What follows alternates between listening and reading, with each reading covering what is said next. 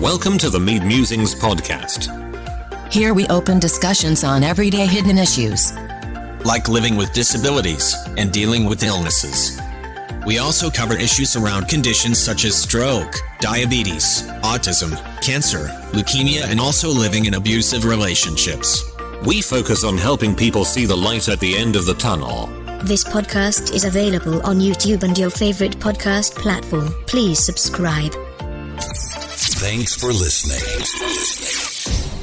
Welcome to another episode of the Mead Musings podcast.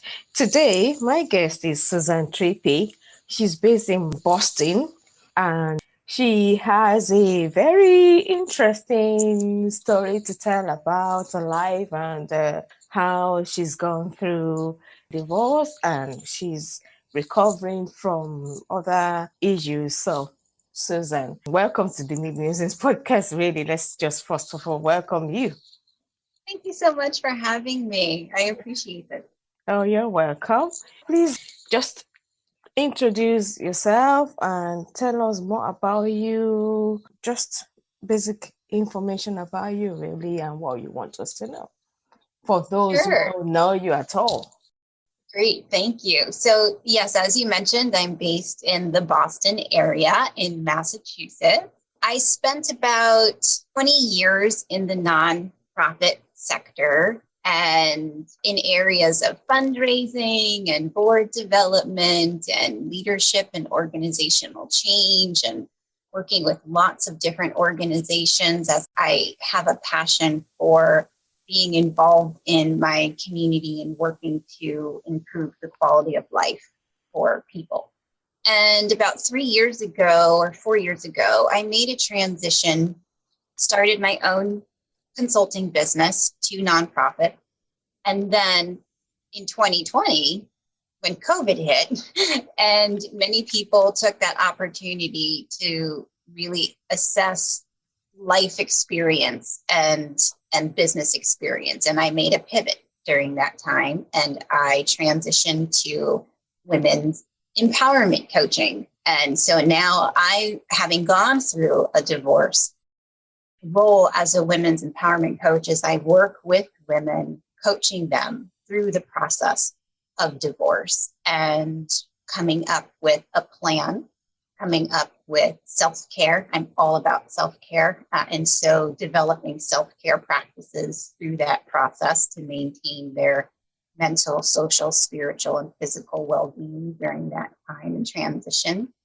And I also work a lot on advocacy issues related to women's rights, not only here in the United States, but around the world. So that's just a little bit about me, and I'm sure we'll dig into more of that in our time. Oh, definitely. You said you work as an advocate and you also involved in the women empowerment, women rights. Is that as part of your business or is that your job?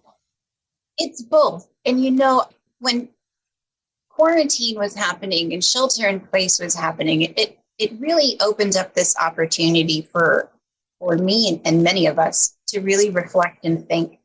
And I took that time and I began to think about, now that I've gone through the process of divorce and I'm in process of creating a new life and building a new identity and moving forward in new ways, what do I want this next season of my life to be, right? And I started to think about both my career efforts and my volunteer aspects in my life throughout my life. And the common thread that I noticed through my volunteer efforts in particular, they've all centered around women's empowerment, women's issues, whether that was human trafficking, whether that was sex trade, whether that was refugee resettlement, whether that was working with single moms, all of those different and other areas too. And so I began to think about my passions and my areas of passion. And from that, the common thread that I have seen throughout my life is a commitment to women's rights and women's issues. And so it made natural sense that in this pivot point in my life, I would focus completely on that as my next step and my next leg of this next chapter and journey that I'm entering onto in my life, because that is truly the core passion of my heart. One of the areas that I focused on in 2020 in particular was coming into deeper alignment with my passion and my purpose and my calling. And I feel truly that this direction that I am moving in embraces all of that. And it is in deep alignment with who I am and the ways that I want to invest my energy. So women's empowerment and women's rights, and focusing on efforts related to supporting and advocating for women will become, as they are, a central point of my business, and because they are to me as an individual. And so it made sense to no longer live in this bifurcated life of disconnecting those two, but to have them fully aligned through my business. Thank you so much for that explanation. You did mention that you just went through a divorce. Can you tell us more about that process, that part of your life? Sure. So I have to start by saying that divorce was never an option in my mind, right? When I got married to my now ex-husband almost 20 years ago, we were together for 20 years. I was fully committed to marriage, to the journey, to growing old together, to living life together, no matter what happened. And as a person of faith, I have a Christian background, and so I was certainly committed, even from a faith perspective, of that divorce just wasn't an option for me. And then I would say about 5 years ago, I went through burnout. I was diagnosed with adrenal fatigue, and the doctor that I was working with at the time recommended that I quit work and let my body recover and focus on natural ways rather than medication. Not that there's anything wrong with medication, but I just didn't want to go down that road. And so we worked on a lot of natural ways of de-stressing and leading to better patterns in my life. And so one of the areas that I focused on during that period of time, and I should say it took about 8 months for my body to fully recover from adrenal fatigue and the effect of burnout. But one of the activities that I invested time is I worked with a spiritual director to help me kind of uncover what are some of the patterns? How did I get to this place? How did I get here? And what can I do? What changes can I make in life so that I have some healthy boundaries when it comes to work? And I just really wanted to understand, how did I end up in this place? So working with the spiritual director, one of the first things that we did together was we identified self-care practices and made self-care part of my routine, weekly rhythms, monthly rhythms. And so through this process of digging into my patterns, understanding my personality, understanding my core values as a person, my convictions, understanding the ways that I was out of alignment in some areas that led to burnout, in addition to work and the job that I had at the time, which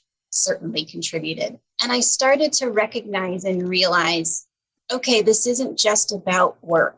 That was a big part of it for sure. But there were other ways in my life that I was just out of alignment. So I recognized that in addition to work and the stressors from work, I was living out of alignment in some other areas of my life. And one of those was related to my relationship with my husband, in that we had some very different ways of looking at the world and kind of operating.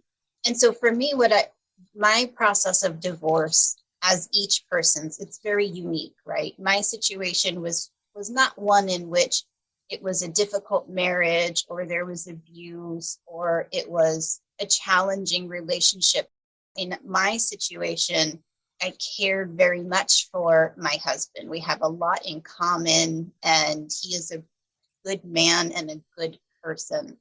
But what I recognized was the ways that we were different and the ways that we tend to process the world and operate from were causing tension throughout our marriage. And I reached a point of just recognizing that I had to honor gifts and the abilities and the capabilities that I have, while also honoring the gifts and capabilities and strengths that my husband had, and recognizing we just weren't able to come to a place of making that work from my perspective, because it meant one of us would have to change significantly, which is not sustainable for either party.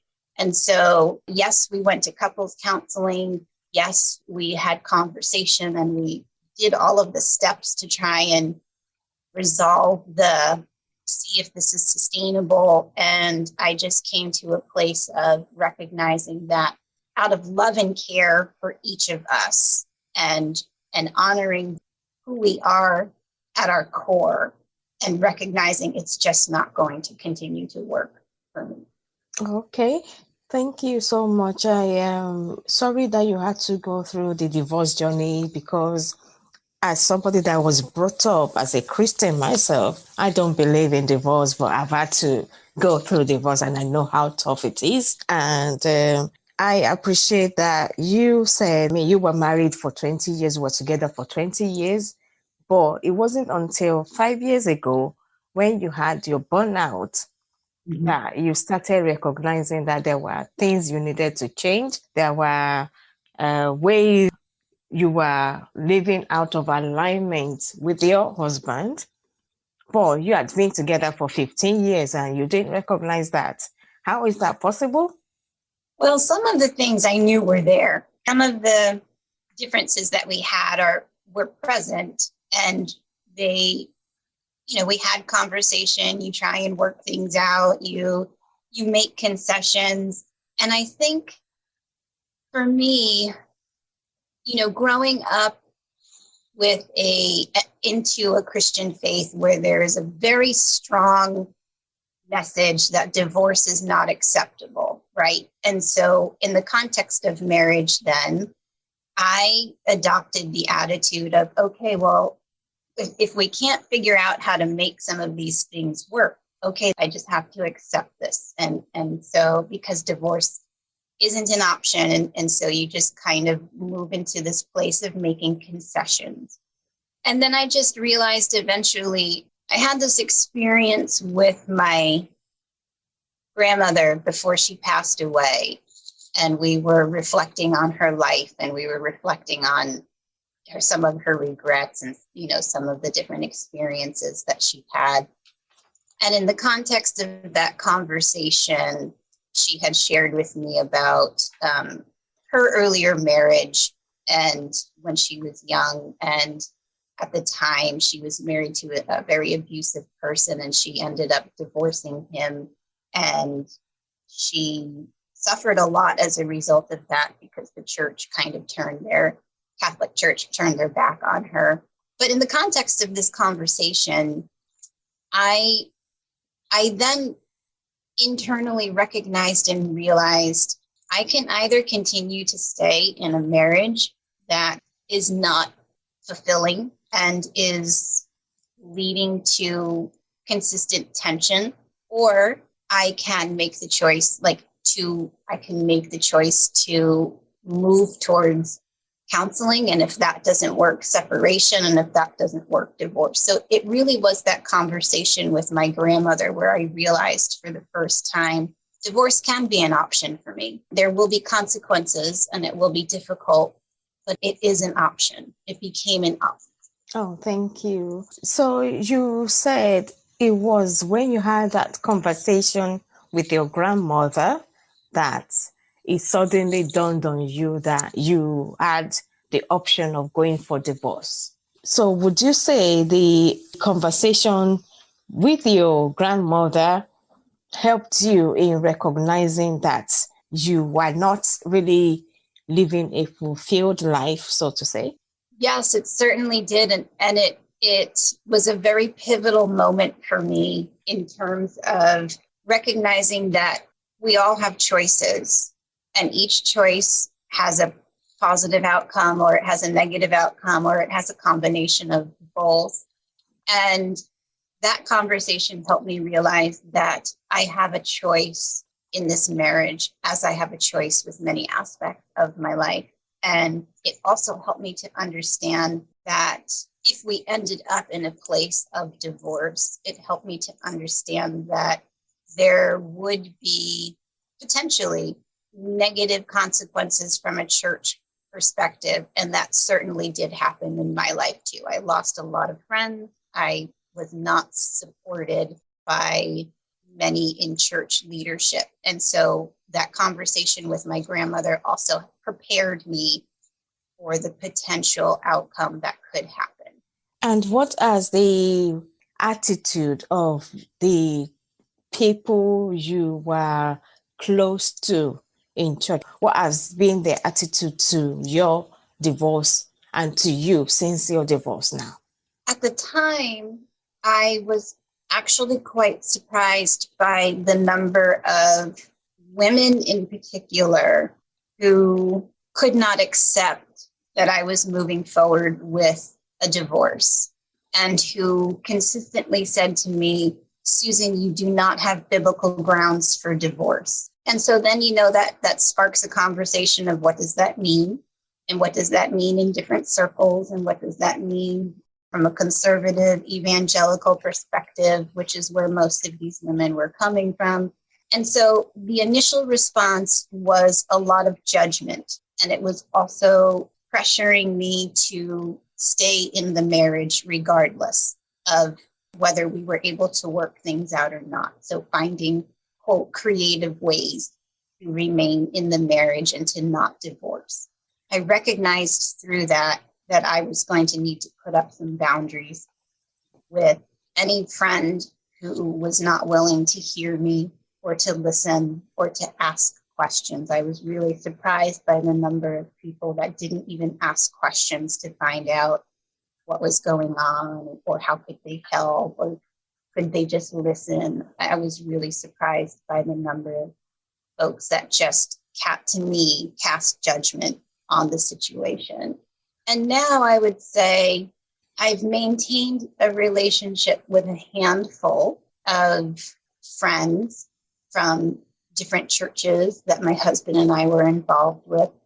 But unfortunately, I had to let a lot of those relationships go because there was a lack of compassion and a lack of acceptance for my choice to move through and process a divorce.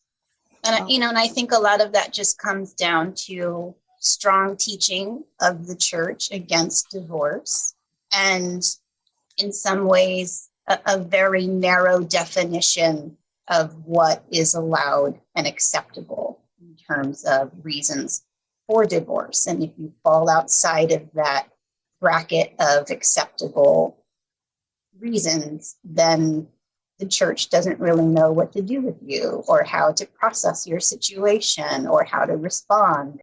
Thank you so much for giving us that insight. I appreciate the religious authorities always frown against divorce. Even if you are living in an abusive relationship, we have been conditioned, I think that's the word. We've been brought up to believe that you have to stay in the marriage.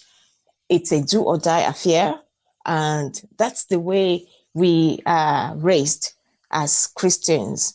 But I feel like you that if you're not happy in a relationship, or there are grounds to suspect that your partner is cheating on you, or there are other biblical reasons why you can divorce. And in addition to this, things that you just cannot reconciliate. when you cannot reconcile, I think the best option is each person goes their own separate ways, which I think is fair enough, as long as you are both happy making that decision and you agree on the decision at the end of the day. So I understand what you went through, and it's the same way. Either you're African, either you're white, either you're red or blue. This is the same response that church has to people when they go through divorce, which I think is not really fair. They should give the person an opportunity. Some people would actually just blank you out like, oh, she's that divorced person. I mean, it's all sort of responses, all sorts of reactions from different people. So you going through that reaction, I wasn't expecting that to be, but it's the same way I felt at that time. But do you feel that you are happier now that you've taken that decision to leave the marriage? Are you more contented?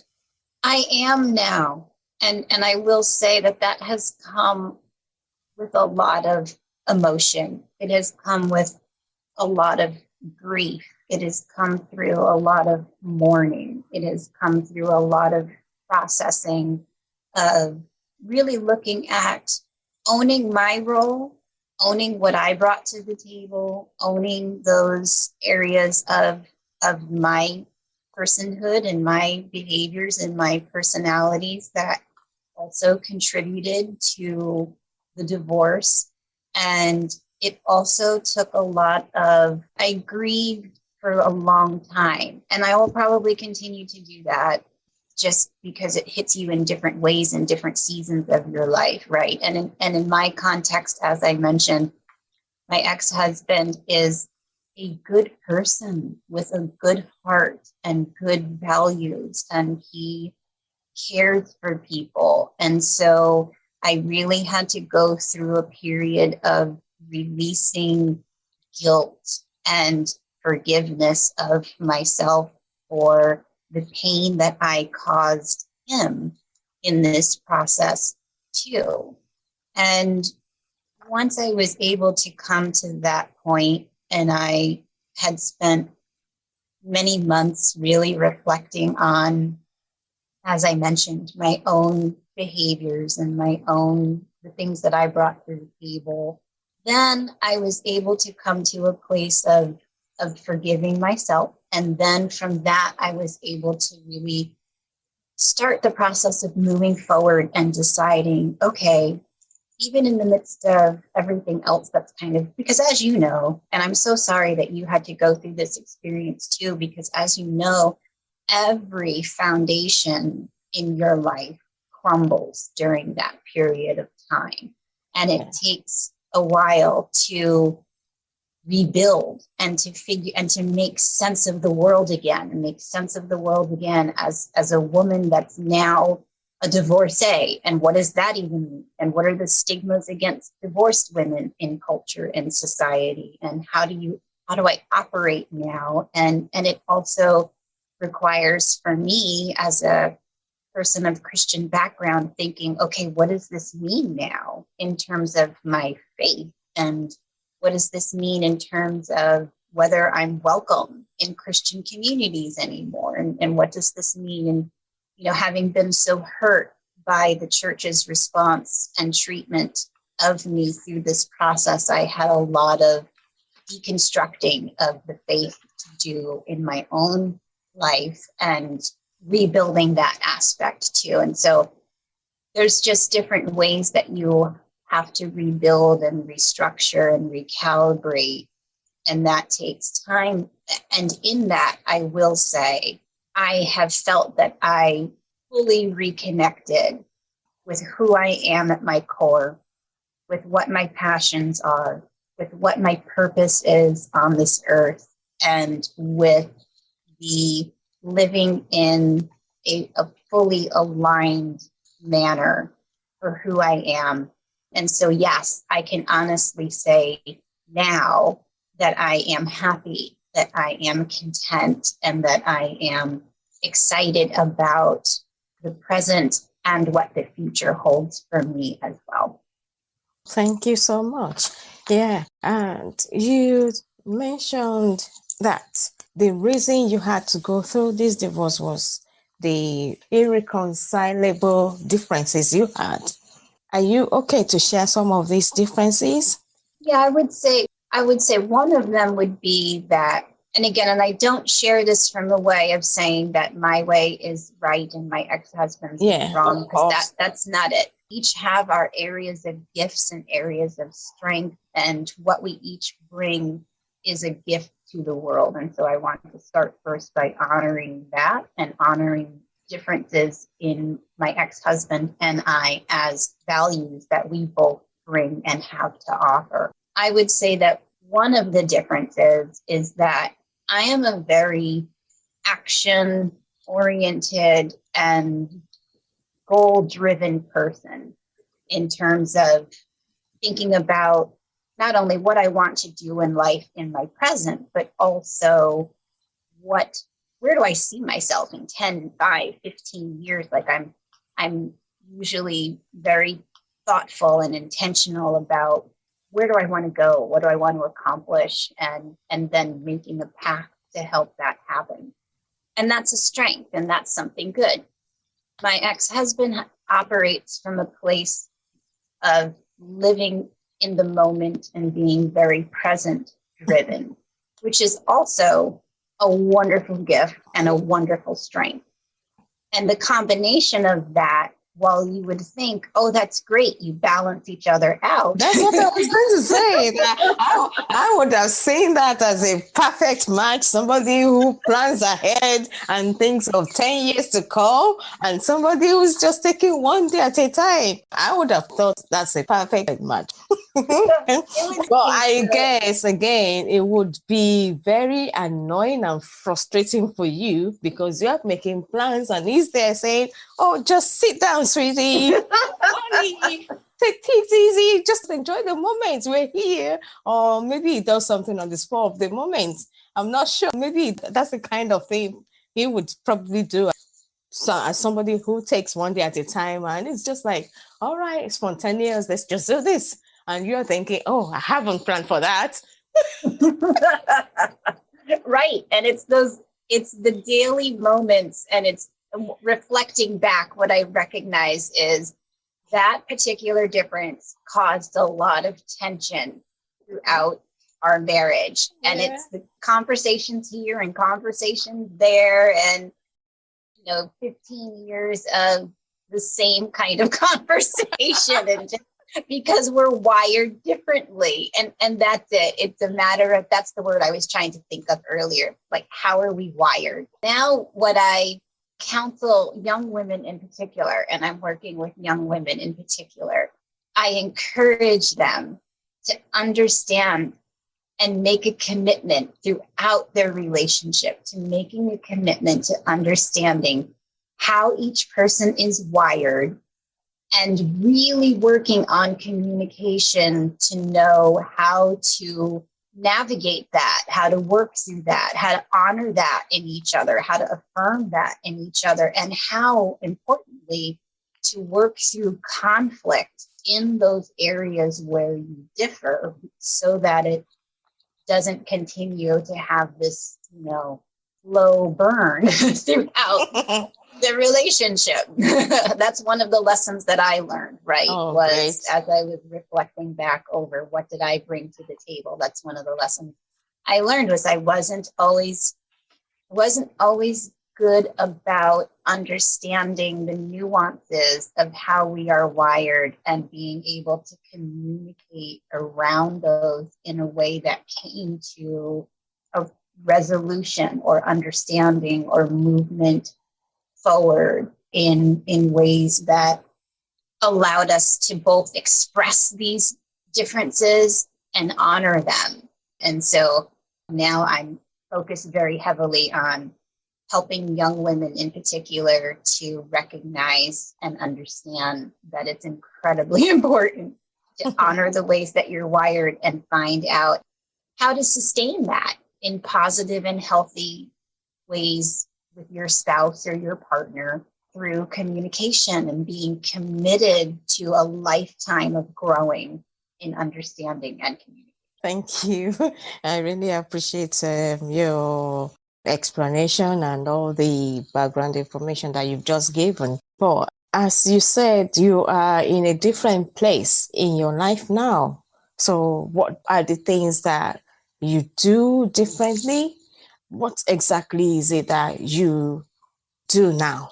I would say one of the things that I'm doing differently, and COVID has really created space for this to happen, right? Because the last year was incredibly difficult for so many people around the world and really threw our lives for a loop in many ways. One of the things that I'm doing differently is I have increased my commitment to self-care. And by self-care, I don't just mean those fun activities that we do, like going to a movie or getting your nails done or going to brunch with girlfriends and having fun conversation. Like that's part of it. But really, my commitment to self-care has been to the aspect of my soul, to the aspect of my essence, and really digging into and understanding my modes of operation, my behaviors, my ego, because ego really works hard to try and thwart our plans sometimes, right? Because the ego is all about keeping us safe and keeping us protected. And so I have spent a lot of time focusing on deeper growth through self-care that is focused on intentional efforts of uncovering layers of myself so that I can really become not only the best version of me that I can be, but so that I can become more self-aware in many situations. And I find that the deeper I dig in terms of self-care, the more it expands my compassion for other people and other situations, and helps me to recognize that we're all on a journey, and I'm never going to know somebody's full backstory and somebody's full history in the time and span that I have with them, right? And so it's so important not to judge, and it's so important to come from a place of love of self and love of others. And so I work really hard to bring that into my business and my coaching with women one-on-one as well.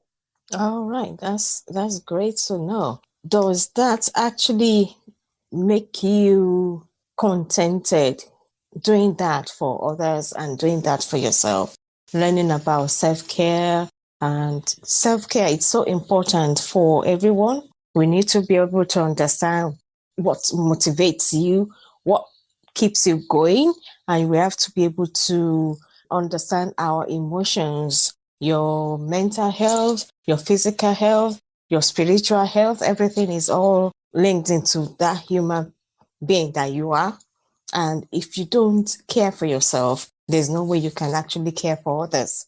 You need to be able to care for yourself and move from that. You don't give out of what you don't have. Exactly. Yeah. When you don't love yourself, you can't love any other person.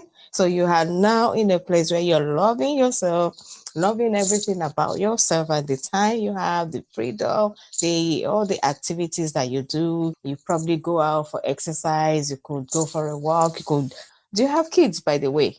No, I do not. All right. So now it's all me time for you. It's only COVID that is now ruining this time. Here in UK right now, we are back to full lockdown. So level 5 everywhere is shut down. Nobody's supposed to go out. You only go for maybe a few minutes of exercise a day. You are only allowed to meet just one person outside. It's crazy. It's mental. But this is a time when self-care is so important for everybody. So I understand what you're doing right now. And for you, what's the way forward now?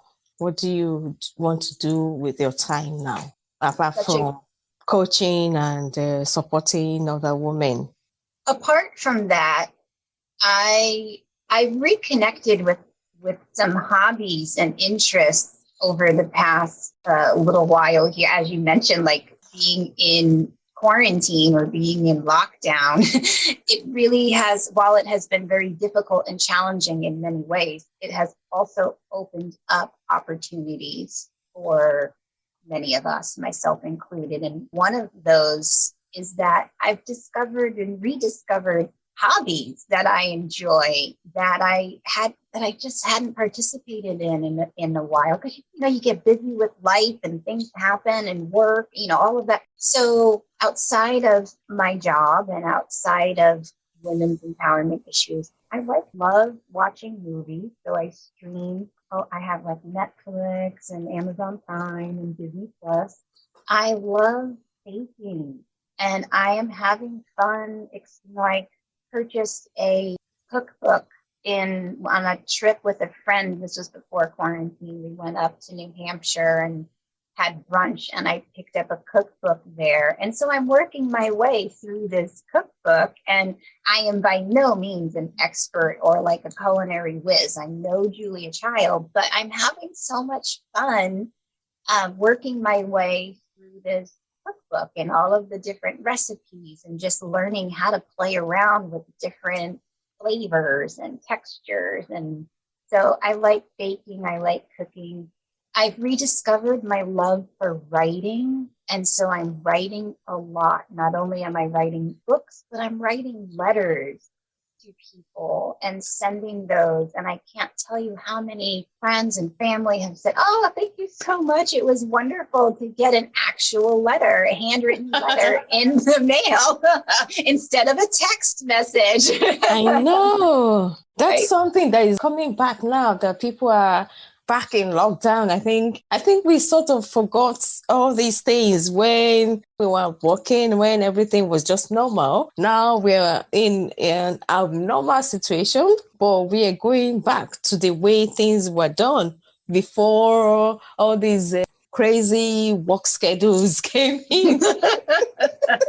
Right. So And we're consumed writing our lives. letters. Yeah. I mean, you're not the only person that's told me they're writing letters. Lots of people are writing letters, and I've actually received a couple of handwritten letters, which are really so nice to actually read the handwriting. I mean, seeing somebody handwritten letter saying, "Oh, so," that shows how much time they put in. And then it shows that they're actually really thinking of you, not just a quick text on the phone saying this. Exactly. And the texts are actually predictive texts, and sometimes you can actually record your voice on the phone, say blue, and you could send that to multiple people.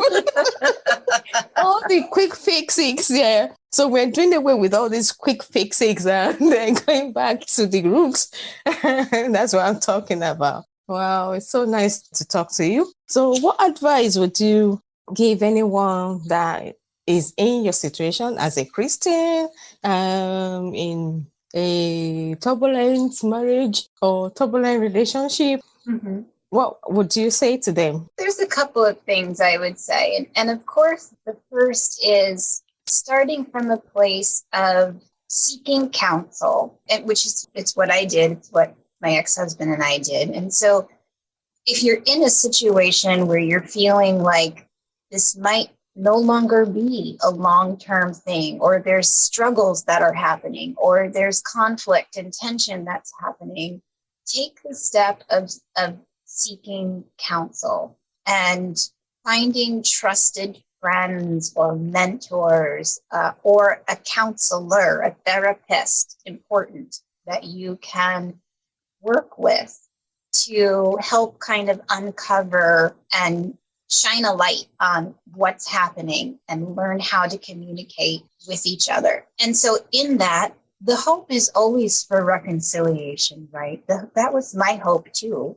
And so the hope is to come to a place through that of really working through it to see those differences and find ways to support and cope and adjust. But if you're in a situation like I was, where I recognized you're just wired so differently, and it is not fair I really came to a place of saying it's not fair of me to ask my husband to make changes so significant to who he is to accommodate me. And at the same time, I also felt like I know that making some radical changes to the way I operate would also not be sustainable, because I would eventually revert back to the ways that I'm wired at my core.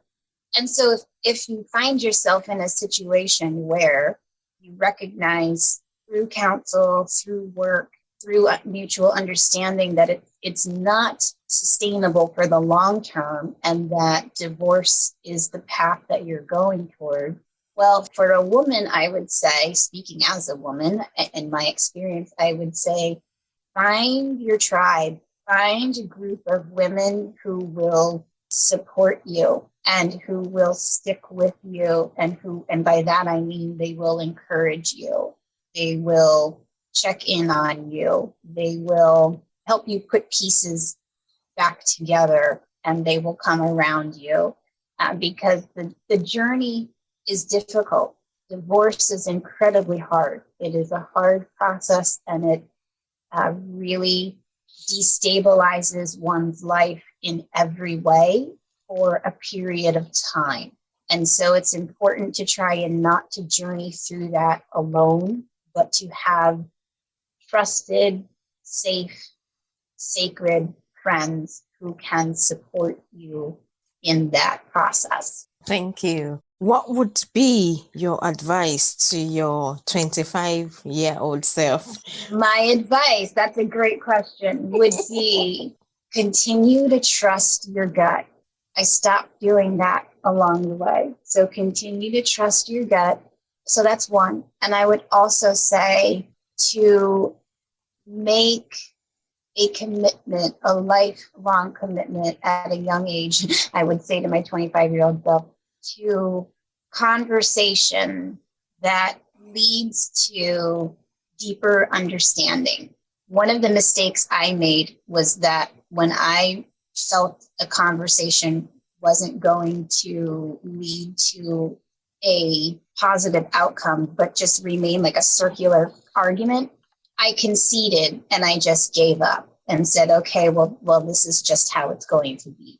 And so to my 25-year-old self, I would say, don't do that. Keep at it, keep working, and reach out for resources that can help provide the tools to have conversations during conflict so that it can move to a place of deeper understanding. Thank you. I really appreciate you being open about it, because not a lot of people would come to that conclusion that they settled, that's the word, they settled for the situation. They refused to just challenge the situation. And some people, unfortunately, when you settle, you just end up with you live an unhappy life for the rest of your life. I can't imagine, waking up every day knowing that, oh, yeah, I'm going home to somebody that you're not really eager to see. I don't know what your marriage was like, but if you're not really happy in a relationship, there's a kind of emotion that is attached to that. So you probably will bury yourself in work, and you just be at work trying to, maybe your work takes you out of the city. You go on all the journeys, and when you have to come back home, you're like, okay, I have to face this person. I have to, you have to live with that person for the rest of your life. You get what I'm saying? It's not really fair for people to have to go through that. I would prefer that we each go our separate ways and everybody is happy. And you could end up finding another person that makes you happy, that shares your visions, that shares the way of life, that balances you in another way. But who knows? So that's the way I feel about it. And I'm so grateful that you shared some of your experiences on the podcast today. But one last thing I wanted to ask is, you talked about stigmas that are associated with women when they go through divorce. What are some of these stigmas that you've experienced? Well, I would say the one that I'm still working through, and in part I'm still working through it because of COVID, is when I enter into a church community and share that I am a divorced person. The initial looks, the initial glances, the initial response it's still difficult to accept. And, there's a look of like, why is she here? Yeah, right? Oh, she doesn't belong here. What's she doing here? She's not a Christian. She's not supposed to be in this assembly. Yeah, there are times that I have felt that. And there was a time where I remember, and I'm a fairly open person. I'm a fairly transparent and open person. And so as I have had conversations with people at different churches, and they just ask questions about the divorce. And when they find out that I was the one that initiated it, the response is different. And it's interesting. I'm trying to figure out what that dynamic is and why that's present. But some older women have cast a judgment. And especially, again, in my case, it's because I don't fit the box. I don't fit the set of acceptable standards in the church for the definition of divorce. And so when they ask questions to find out, was there abuse? No. Did anyone have an affair? No. Was there neglect? No. So when I don't tick their box, then there's a difficulty in understanding, well, why did you do that? And so there are times where I've definitely felt judged because the women in the church in particular just didn't know how to process my experience, and they see it as incredibly selfish. And then, I also understand there's generational differences, and there's so much that we all come to the table with and bring to the table and bring to conversations. But so that's one way. I even had an experience where I was at a church one time and they were offering communion. And in this particular church, I was not allowed to receive communion because I went through a divorce. And so there's just some things still to kind of work through in that area. But then I think there's also, in terms of the social aspect, I'm finding that there is a perception about divorced women that they are selfish, or they are difficult to live with, or that their standards are too high on one end. And on the other end, I've encountered the perception that, oh, I must be damaged goods now, right? Somebody actually said that to me, like, Susan, you know how difficult it's going to be getting into another relationship. Who's going to want to be in a relationship with someone who initiated a divorce? Like, this person actually said, you recognize no man is going to want to be in a relationship with you because they're going to have a fear of that you'll do the same thing for them. And I thought, wow. So I'm still learning. This is a new journey for me, and I'm still learning the perceptions and stigmas as someone who is now experiencing it directly. And obviously, this will be a lifelong journey for me, but taking each season at a time. And really, my focus is, honestly, I don't particularly care what other people think.